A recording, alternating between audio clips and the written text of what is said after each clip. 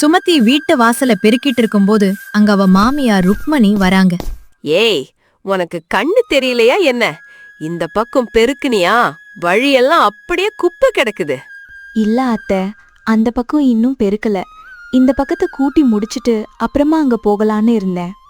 ஏன் முதல்ல அந்த பக்கத்தை கூட்ட வேண்டியதுதானே? உனக்கு வீட்டை பெருக்க கூட தெரியாதா? பிறந்த வீட்ல இருந்து எதுவும் கத்துக்காமலையா வந்த?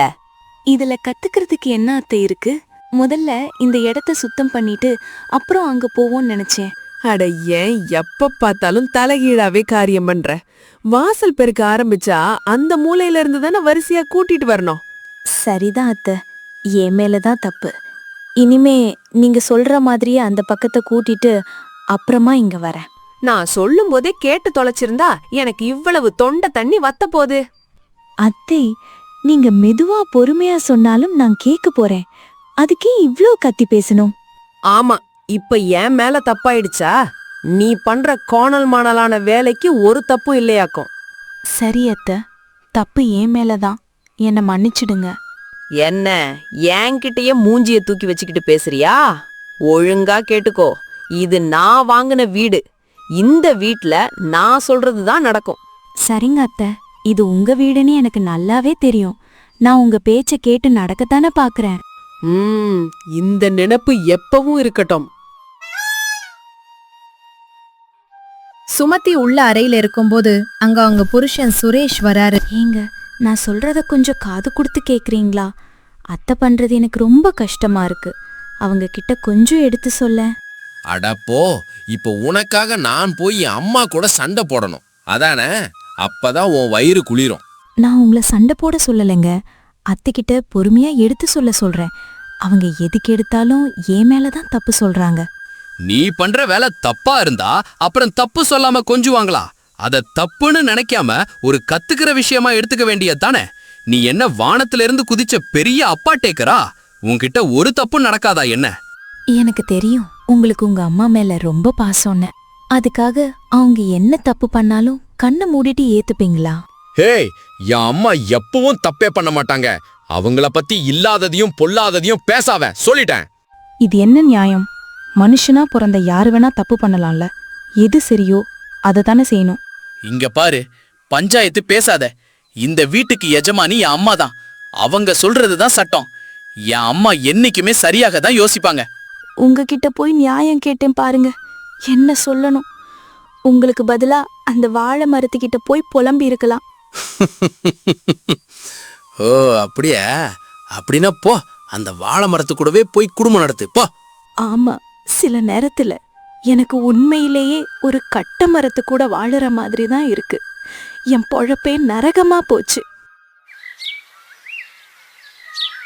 சுமதி குளத்தங்கரையில துணி துவைச்சிட்டு இருக்கும்போது அங்க பக்கத்து வீட்டு மீனா வராங்க. என்னாச்சு சுமதி அக்கா, தனியா உட்காந்து சோகமா வேலை செஞ்சுட்டு இருக்கீங்க? என்ன கூப்பிடவே இல்ல? அதை ஏன் கேக்குற மீனா? இன்னைக்கு மனசே சரியில்லை, அதான் உன்னை கூப்பிடல. என்னாச்சக்கா உனக்கு? மூஞ்சிய பார்த்தா அழுத மாதிரி இருக்கு. வீட்ல மறுபடியும் ஏதாச்சும் பிரச்சனையா? இந்த வீட்ல என்னைக்கு சண்டை இல்லாம இருந்திருக்கு? இந்த வீட்டுக்கு வாக்குப்பட்டு வந்த நாள்ல இருந்து என் தலையெழுத்தே பாழா போச்சு. கண்டிப்பா உங்க மாமியார் ஏதாச்சும் குடைச்சல் கொடுத்திருப்பாங்க. அவங்கள தவிர வேற யாரு பண்ணுவா? சரியா சொன்ன மீனா. நான் எவ்ளோ பார்த்து பார்த்து செஞ்சாலும் எங்க அத்தை என் குறையையே பிடிச்சு பேசிட்டே இருக்காங்க. அக்கா, தப்பு அவங்க எண்ணத்துலதான் இருக்கு. உங்களை எப்படியாவது தாழ்த்தி பேசணும்னு நினைக்கிறாங்க. அதான் சின்ன விஷயத்தையும் பெருசாக்குறாங்க. அது எனக்கும் தெரியுது. ஆனா வீட்டுக்காரர்கிட்ட போய் புலம்பினா அவர் என்னத்தான் 4 வார்த்தை திட்டுறாரு. இந்த காலத்து ஆம்பளைங்க சில பேர் இப்படிதான்க்கா. மாமியார மட்டுமே தாங்கி பிடிப்பாங்க. அம்மா கண்ணெதிர தப்பு பண்ணுனாலும் அவங்களுக்கு அது தெரியாது. அப்புறம் நான் வேற யார்கிட்ட போய் என் கஷ்டத்தை சொல்றது? நீங்க யாரையும் தேடி போக தேவையில்லக்கா. முதல்ல உங்களை நீங்க திடப்படுத்திக்கோங்க. ஊர்ல இருக்கிறவங்க சொல்றதையெல்லாம் மனசுல போட்டு குழப்பிக்கிட்டா குடும்பம் நடத்த முடியாது. நீ சொல்றதும் சரிதான் மீனா. அவங்க பேசுறத நினைக்க நினைக்கதான் எனக்கு மனசு கஷ்டமாகுது. அதான் சொல்றேன், உங்களை பத்தி நீங்க யோசிங்க. தைரியமா முடிவெடுங்க. அப்புறம் உங்களை எவனாவது ஏதாச்சும் சொல்லணும்னா 100 தடவை யோசிப்பான். ருக்மணி வெளியே வேலை செஞ்சுட்டு இருக்கும்போது அங்க ஜானகி வராங்க. என்னக்கா தனியா வேலை செஞ்சுக்கிட்டு இருக்கீங்க? உங்க மருமகளை ஆளையே காணோம். அதை ஏன் கேக்குற? குளத்தங்கரைக்கு துணி துவைக்க போனவன் இன்னும் வீடு வந்து சேரல. அடடே, அவளையே அங்க அனுப்புனீங்க? அங்க போய் யாரு கூடயாவது அரட்டை அடிச்சிட்டு இருப்பா. நீ சொல்றது ரொம்ப சரிதான். இந்த காலத்து பொண்ணுங்களுக்கு தலக்கணம் அதிகமாயிடுச்சு. மாமியார் சொல்ற பேச்ச காது கொடுத்து கேக்குறதே இல்ல. அவங்களுக்கு பிடிச்ச மாதிரி தான் நடப்பேன்னு சொல்றாங்க. அப்புறம் நம்மள மாதிரி மாமியாருங்க என்னதான் பண்றது? இந்த மாதிரி பொண்ணுங்களை எப்படி கட்டுப்படுத்துறது? எப்பவும் கண்டிப்போட வச்சுக்கணும். லேசா செல்லம் கொடுத்தா தலை மேல ஏறி உட்கார்ந்துருவாங்க. அப்புறம் மொத்த வீட்டையும் அவங்க கைக்கு மாத்திடுவாங்க. அவ்வளவு சீக்கிரம் கையில குடுத்துடுவேனா என்ன? நான் எவ்வளவு கஷ்டப்பட்டு கட்டின குடும்பம் இது. அவ்வளவு லேசில விட்டுட மாட்டேன். அப்படிலாம் சொன்னா முடியுமா அக்கா? ஒரு காலத்துல மாமியாரோட அதிகாரம் முடியத்தானே செய்யும். பொண்ணுங்களை பத்தி தான் தெரியுமே. முதல்ல சாதுவா இருப்பாங்க, அப்புறம் ரூட்டை மாத்திடுவாங்க. அது அவ்வளவு லேஸ் இல்ல. ஏன் வீட்ல இருந்துட்டு இந்த நாடகம் எல்லாம் ஆடினா நான் சும்மா விட மாட்டேன். நான் என்ன சொல்றேன்னா, சின்னதா ஏதாச்சும் சண்டை பிடிச்சா கூட கழுத்தை பிடிச்சி வெளியே தள்ளிடுங்க. நான் அதுக்கும் தயாரா தான் இருக்கேன். என் பையன் என் கூடவே இருக்கணும். அவனுக்கு வேறொரு கல்யாணம் பண்ணி வைப்பேன். சுமதி சமையலறையில இருக்கும்போது அங்க மாமியார் ருக்மணி வராங்க. ஏ மருமகளே, இன்னைக்கு சாப்பாட்டுக்கு என்னென்ன சமைக்க போற? ஏதாச்சும் நல்லதா சமை. இல்ல அத்த, வீட்ல காய் எதுவும் இல்ல. ஆனா நம்ம கொல்லப்புறத்து காலிஃப்ளவர் தோட்டத்துல இருந்து நல்ல ஃப்ரெஷ்ஷான காலிஃப்ளவர் பறிச்சுட்டு வந்திருக்கேன். அப்புறம் வீட்ல 2 உருளைக்கிழங்கும் ஏற்கனவே இருக்கு. என்னடி சொல்ற? இப்ப என்ன பண்றது? கடையெல்லாம் இந்நேரத்துக்கு சாத்திருப்பானுங்களே. இன்னைக்கு ஒரு நாளைக்கு இந்த காலிஃப்ளவரும் உருளைக்கிழங்கு வச்சே சமாளிச்சிடலாம் அத்தை. ரொம்ப கவலைப்படாதீங்க. நாளைக்கு கடைக்கு போய் காய் வாங்கிட்டு வரலாம். அட லூசு பெண்ணே, ஊர்ல இருந்து என் பொண்ணு மாப்பிளையும் வீட்டுக்கு வரதா போன் வந்திருக்கு. அவங்களுக்கு நான் என்ன சமைச்சு போடுவேன்? ஐயோ, இப்ப மீன் கறிக்கு எங்க போறது? நான் என்ன செய்வேன் அத்தை? என்ன கேட்டா என்ன அர்த்தம்? வீட்ல சமையலுக்கு பொருள் இருக்கா இல்லையான்னு கூடவா பாத்துக்க மாட்டேன். நான் உங்க பையன்கிட்ட காய் வாங்கிட்டு வர சொன்னேன் அத்தை. அவருதான் வாங்கிட்டு வரல. என் பையன் மேல பழிய போடாத. தப்பு உன்கிட்ட தான் இருக்கு. முன்கூட்டியே சொல்ல வேண்டியதானே? இப்ப நடந்து முடிஞ்சத பேசி என்ன ஆக போகுது? நான் என்ன பண்றது? இன்னைக்கு சமையல் பொறுப்பு முழுசும் உன்னோடது. நீ எப்படி பண்ணுவியோ எனக்கு தெரியாது. சாப்பாடு மட்டும் சரியில்லைன்னு வச்சுக்கோ, இன்னைக்கே உன்னை வீட்டை விட்டு துரத்திடுவேன். என்ன அத்தை இப்படி பேசுறீங்க? தோட்டத்து காலிஃப்ளவரும் 2 உருளைக்கிழங்கையும் வச்சுக்கிட்டு நான் எப்படி எல்லாரையும் சமாளிப்பேன்?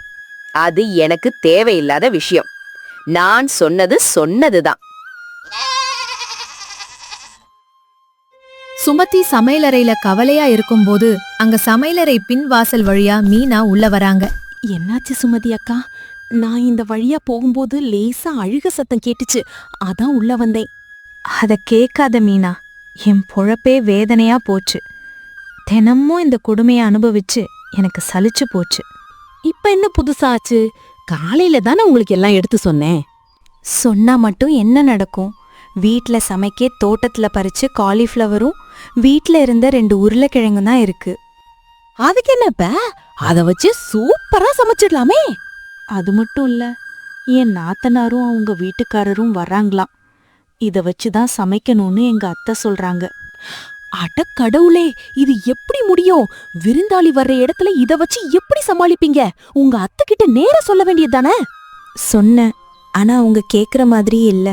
சமையல் சரியில்லைன்னா இன்னைக்கு தான் இந்த வீட்ல எனக்கு கடைசி நாள்னு மிரட்டுறாங்க. எனக்கு புரியுதுக்கா. இது எல்லாமே உங்களை வீட்டை விட்டு துரத்துறதுக்கு அவங்க போடுற திட்டம். ஆமா, எனக்கும் புரியுது. ஆனா இவங்களோட எப்படி இந்த வீட்ல குடும்பம் நடத்துறதுன்னு தெரியல. ஒரு வேலை பண்ணுங்கக்கா. இப்ப நல்ல வெயில் காலமா இருக்குல்ல, தோட்டத்து காலிஃப்ளவரை வச்சு நல்ல லேசான தண்ணி குழம்பும் அத வச்சே மொறுமொறுன்னு காலிஃப்ளவர் பக்கோடாவும் போடுங்க. அப்புறம் உருளைக்கிழங்க வச்சு காரசாரமா வறுவல் பண்ணுங்க. அப்படி பண்ணா நல்லாதான் இருக்கும். அப்பதான் வந்தவங்களுக்கு கறி விருந்து சாப்பிட்ட மாதிரி மனசு நிறைவா இருக்கும். நீங்க கவலைப்படாதீங்க. எதையும் மனசுல வச்சுக்காம போய் சமைக்கிற வேலையை பாருங்க. இந்த காலிஃப்ளவர் தண்ணி குழம்பு, உருளைக்கிழங்கு வறுவல், காலிஃப்ளவர் பக்கோடா செஞ்சு அசத்துங்க. எல்லாரும் உங்களை பாராட்டுவாங்க பாருங்க. மீனா சொன்னதுக்கு அப்புறம் சுமதி தோட்டத்துல இருந்து இன்னும் கொஞ்சம் காலிஃப்ளவர் பறிச்சிட்டு வந்து சமைக்க ஆரம்பிச்சா. சுமதி சமையலறையில சமைச்சிட்டு இருக்கும்போது அங்க மாமியார் ருக்மணி வராங்க. அடடே, இப்பதானே இங்க வச்சேன், அதுக்குள்ள எங்க போச்சு? உப்பு இல்லாம நான் எப்படி சமைப்பேன்? என்னடி மருமகளே, சமையலை நிறுத்திட்டு நிக்கிற? சீக்கிரம் சமைச்சு முடி, அங்க விருந்தாளிங்க வர்ற நேரமாச்சு. இதோ சமைக்கிறேன் அத்தை. ஆனா இங்க வச்சிருந்த உப்பு டப்பாவை காணோம். மறுபடியும் உன் நாடகத்தை ஆரம்பிச்சிட்டியா? உப்பு காணாம போயிடுச்சா? இங்க யாரு வந்தா உப்ப திருடிட்டு போக? நான் அப்படி சொல்லல அத்தை. ஆனா திடீர்னு உப்பு எப்படி காணாம போகும்? எவ்வளவு தேடியும் கிடைக்கலையே. இங்க பாரு, இந்த நாடகம் எல்லாம் என்கிட்ட செல்லாது. உன் சமையல் எப்படி இருக்கும்னு எனக்கு நல்லாவே தெரியும். ஏன் அத்தை இப்படி பேசுறீங்க? சாப்பாட்டுல உப்பு இல்லைன்னா எப்படி ருசி வரும்? சமையல் ருசி இல்லாம போக போகுது.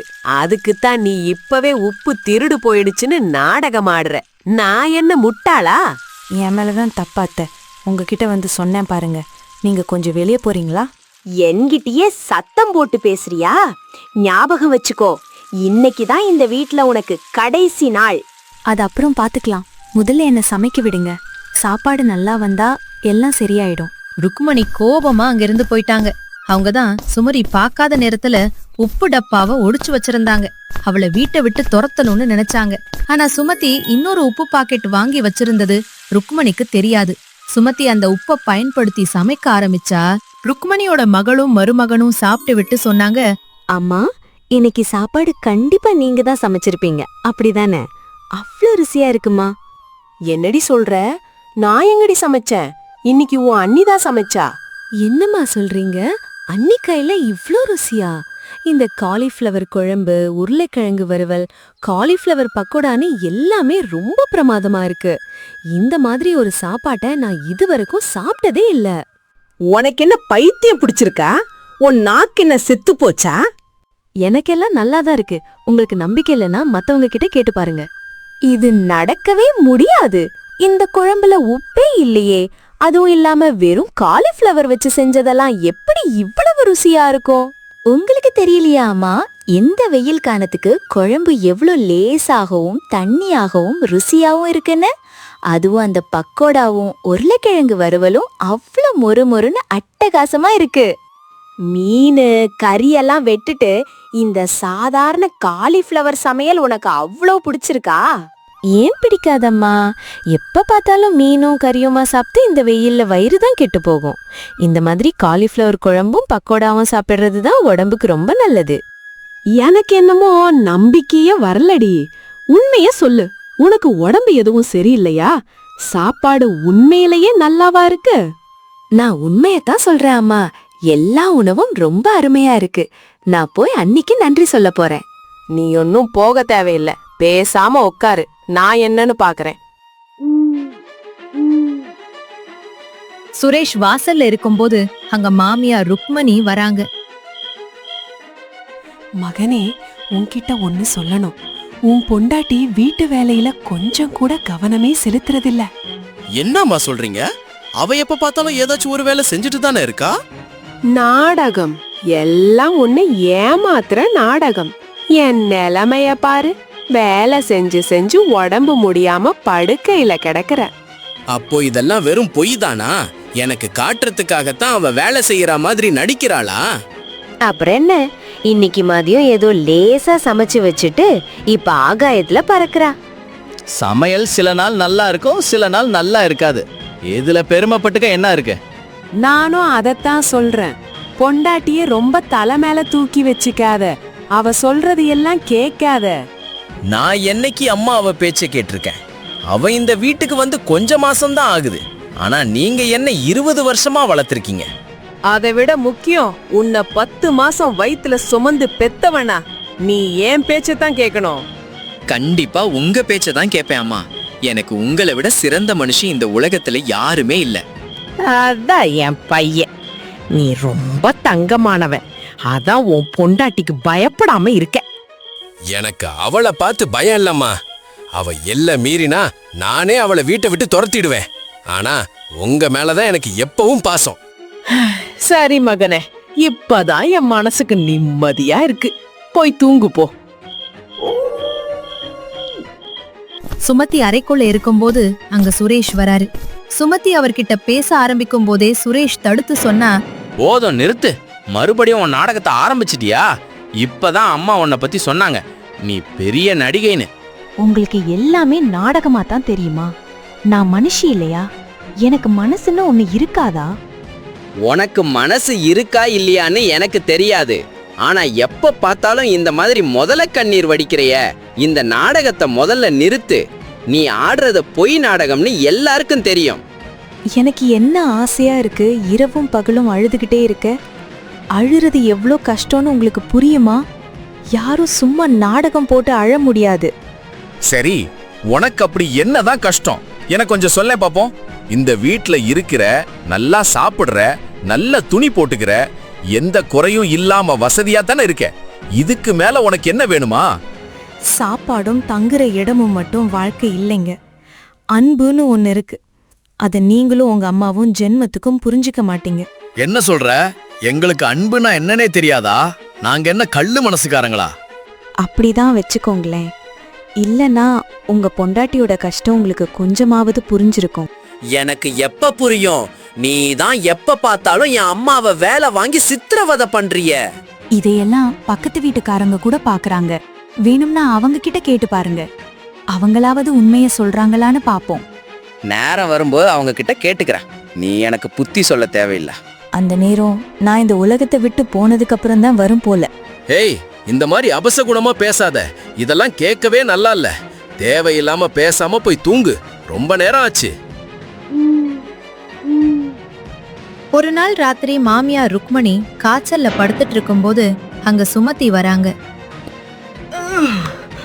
தண்ணி தண்ணி, கொஞ்சம் தண்ணி குடுங்களேன். எனக்கு தொண்டை வறண்டு போயிடுச்சு. இதோ குடிங்க அத்தை, நான் இங்கதான் இருக்கேன். இந்தாங்க தண்ணி. நீ என்ன இந்த நடு ராத்திரில இங்க பண்ற? போ, உன் அறைக்கு போய் தூங்கு. எனக்கு ஒன்னும் நீ நடிக்க தேவையில்லை. இதுல என்ன அத்தை நடிப்பு இருக்கு?